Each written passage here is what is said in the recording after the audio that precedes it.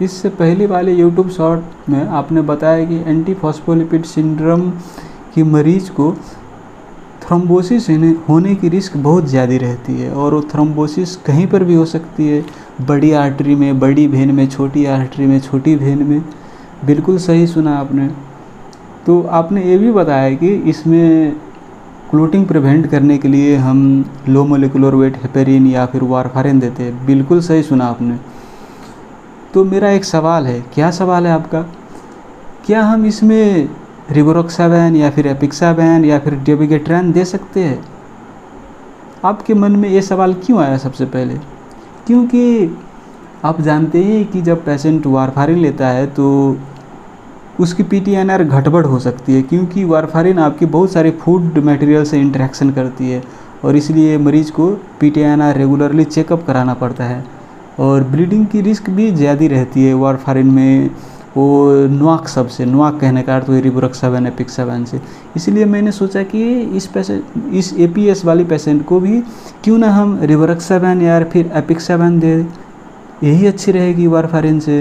ये patient can afford, he has good finance. आपकी सोच अच्छी है, लेकिन हम क्या प्रैक्टिस करते हैं? प्रमाण वाली दवाइयाँ, उसको कहते हैं एविडेंस बेस्ड मेडिसिन। हमारे पास में क्या प्रमाण है? आप थ्योरेटिकली तो बिल्कुल सही सोचते हैं कि क्लोटिंग हो रही है ज़्यादा, इसलिए हम फैक्टर 10 इनहिबिटर दे या फिर डायरेक्ट थ्रोम्बिन इनहिबिटर दे, सब तो क्लोटिंग ही रोकेगी। आपकी सोच बिल्कुल सही है थ्योरेटिकली, लेकिन हमारे पास प्रमाण क्या है वो भी हमें देखनी पड़ती है।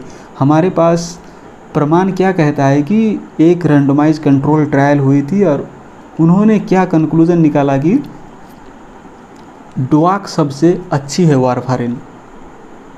डोआक कहने का अर्थ वही जो रिवरोक्साबैन एपिक्साबैन आपने बोला, उस सबसे अच्छी है वारफारिन एपीएस की पेशेंट में। थ्रोम्बोसिस को प्रिवेंट करने के लिए warfarin is still good than NOACs, इसलिए हम स्टिल वारफारिन यूज करते हैं इन मरीजों में।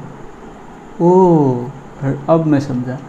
तो क्या दूसरे रोग सब भी है जिसमें हम स्टिल वारफारिन ही यूज़ करते हैं और नोआक अभी तक यूज़ नहीं करते हैं? क्या कुछ रोग और भी है? हाँ, जैसे आपकी रोमैटिक मिट्रल स्टेनोसिस की पेशेंट में एट्रियल फिब्रिलेशन हो या फिर लेफ्ट एट्रियल थ्रोम्बस फॉर्मेशन होती है, तो वैसे मरीज में भी हम स्टिल वारफारिन यूज़ करते हैं।